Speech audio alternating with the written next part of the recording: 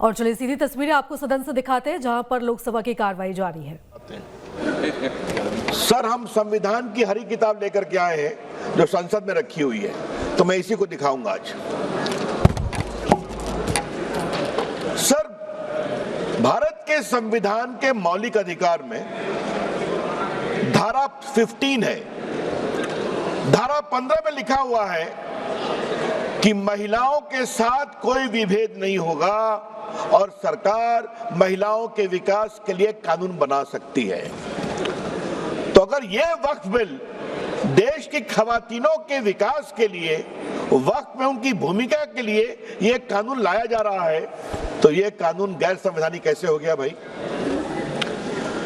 Sir, संविधान की धारा 15 में यह भी लिखा हुआ है कि सामाजिक रूप से पिछड़े वर्ग के लोगों के विकास के लिए सरकार कार्रवाई कर सकती है। यह सच्चाई है। Honorable member, please. मैं जिस प्रदेश से आता हूं, Honorable member, please be seated. Honorable member, sir जरा लोगों को बैठा please be दें। seated. Honorable member, जरा बैठ जाएं। Honorable member, मैं भी आग्रह करूंगा। see the back to the chair. Please be seated. Venugopal जी, जरा मैं बोल रहा हूं, आप भी सुन लीजिए। Mister Venugopal, Yes. Mister Venugopal ji, I am speaking, kindly have some attention to me. बैठिए। सर, मैं ये कह रहा था कि मैं जिस प्रदेश बिहार से आता हूं वहां बहुत सारे पिछड़े मुसलमान हैं। उत्तर प्रदेश में भी हैं, पसमंदा कहते हैं हम, कई कैटेगरी के हैं। उनको वक्फ के मैनेजमेंट में अवसर नहीं मिलता।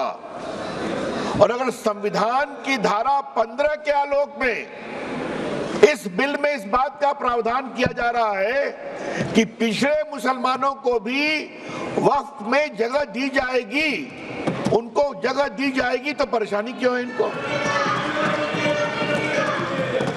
और सर, जहां तक सर सवाल है, सर, मैं ये बताना चाहता हूं कि संविधान की दुहाई का जवाब मैं संविधान से ही दे रहा हूं। ये वक्फ में जो संशोधन हो रहा है वो मौलिक अधिकार की धारा 15 में उसकी अनुमति मिलती है। अब सर धारा 25 की बात की गई। सर, अब हमारे विपक्ष के उपनेता को मैं सुन रहा था, आपने धारा 25 का जिक्र किया, तो धारा 25 का क्लॉज 2 भी पढ़ लीजिए मेरे साथ।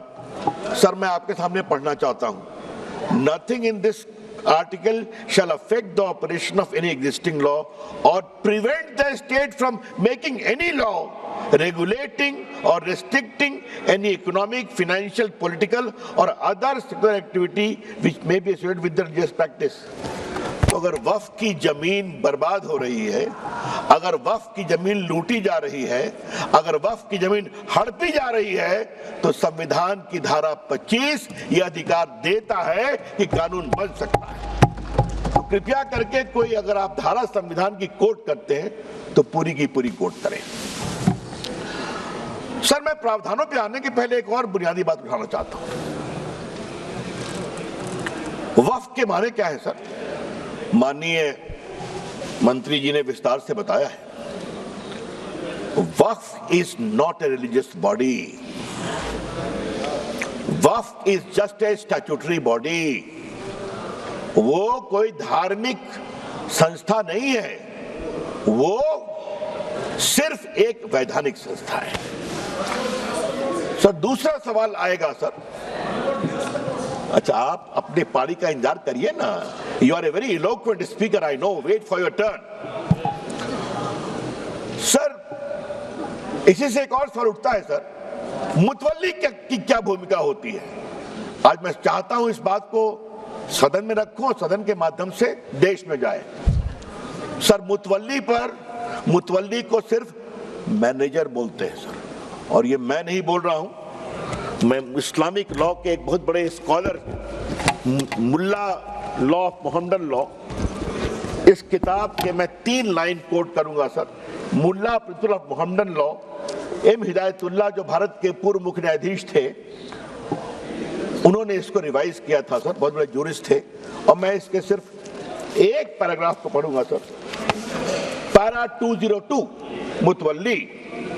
Under the Muhammadan law, the moment a waqf is created, all rights property pass on the waqif and vested in the Almighty. The Mutawalli has no right in the property belonging to the waqf. The property is not vested in him. He is not a trustee. He is merely a superintendent or a manager. तो मुतवल्ली साहब ये 8 लाख की property के खाली manager हैं और क्या हो रहा है? तो क्या सरकार खामोश है? अगर वक्फ देने वाले की प्रॉपर्टी लूटी जा रही है तो क्या खामोशी चलेगी सर? ये तो नहीं चलेगी।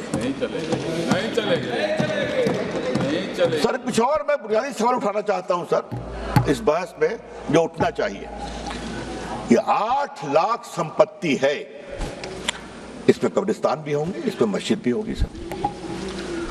आज मैं ये सवाल इस संसद के सामने उठाना चाहता हूं, कितने स्कूल बने वक्फ की संपत्ति पर, कितने अस्पताल बने वक्फ की संपत्ति पर, कितने स्किल सेंटर खुले वक्फ की संपत्ति पर, कितने अनाथालय खुले वक्फ की संपत्ति पर, कितनी बेवा विधवा बेटियों बहनों को सिखाए गए सिलाई कढ़ाई जीने का तरीका गिनतियों पर भी आएगा सर।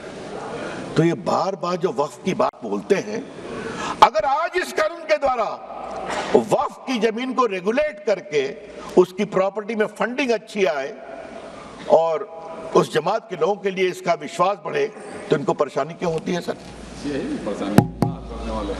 सर इस परेशानी की मैं वजह समझता हूं सर। और अब मैं इस परेशानी की वजह पर आ रहा हूं सर। दिल से तो कहते हैं कि हम चाहते हैं संशोधन हो, लेकिन राजनीतिक मजबूरी इनके पैर पीछे खींचती है सर। बहुत सालों से राग वही है, सुर वही है, तीखापन वही है, भाषा वही है। और मैं 3 उदाहरण देना चाहता हूं सर। याद करिए शाहबानों के केस में जब सुप्रीम कोर्ट ने एक निर्णय दिया कि साहबानो एक डिजर्टेड वाइफ थी, उनको कुछ 100 रुपये मिले, तो सुप्रीम कोर्ट के फैसले पर हो हल्ला किया गया। यही लोग हैं। और सर उस समय राजीव गांधी इस देश के प्रधानमंत्री थे, 400 का बहुमत था। मात्र एक बेवा मुस्लिम 75 साल की महिला को कुछ 100 रुपये दिए गए, क्या हंगामा खड़ा कर दिया गया। और सर आज जब मैं शाहबानों पर बात कर रहा हूं सर, तो मुझे अपने दोस्त आरिफ मोहम्मद खान के बारे में कुछ बोलना है सर। वो आपकी सरकार में मंत्री थे, उनका 2 दिन ऐतिहासिक भाषण हुआ था इसी सदन में कि सुप्रीम कोर्ट का फैसला अच्छा है। एकाएक हंगामा गया, राजीव गांधी हिल गए, डोल गए, कहे तुम वापिस हो जाओ, हम कानून ला रहे हैं सुप्रीम कोर्ट के निर्णय को उलटने के लिए। ये भी हमने देखा है ना सर। शाहबानों के बाद यात्रा आती है साराबानों तक सर, 3 तलाक पर। 3 तलाक को लेकर सर इतनी परेशानी थी, मुस्लिम महिलाएं गई थी कोर्ट में। और सर मैं हाउस में आज कहना चाहता हूं, 2 साल तक इनकी सरकार ने सुप्रीम कोर्ट में जवाब नहीं फाइल किया ताकि मामला लटकता रहे।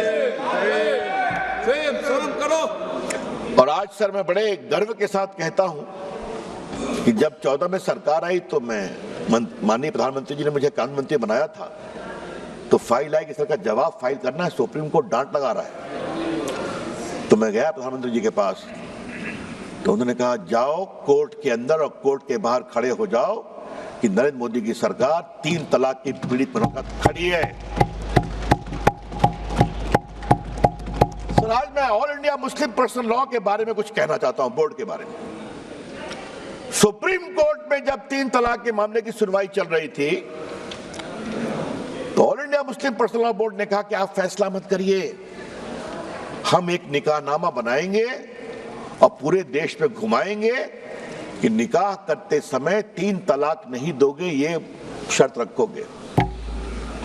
सर याद करिए कानून बना, इसी all India Muslim personal law board ने पूरे देश में 3 तलाक के खिलाफ एक बहुत बड़ा आंदोलन करने का, उकसाने का काम किया। ये भी, और ये लोग सब लोग खड़े हो गए, सब लोग खड़े हो गए। सर तीसरा मामला धारा 370 की समाप्ति का, यही बिल आया था ना सर, माननीय गृह मंत्री बैठे हैं ना, हिम्मत दिखाई थी ना, सब लोग एक थे ना। देश टूट जाएगा, देश में आग लग जाएगी। आज 370 समाप्त हो गया। आज कश्मीर का विकास हो रहा है, जम्मू का विकास हो रहा है, पूंजी निवेश हो रहा है।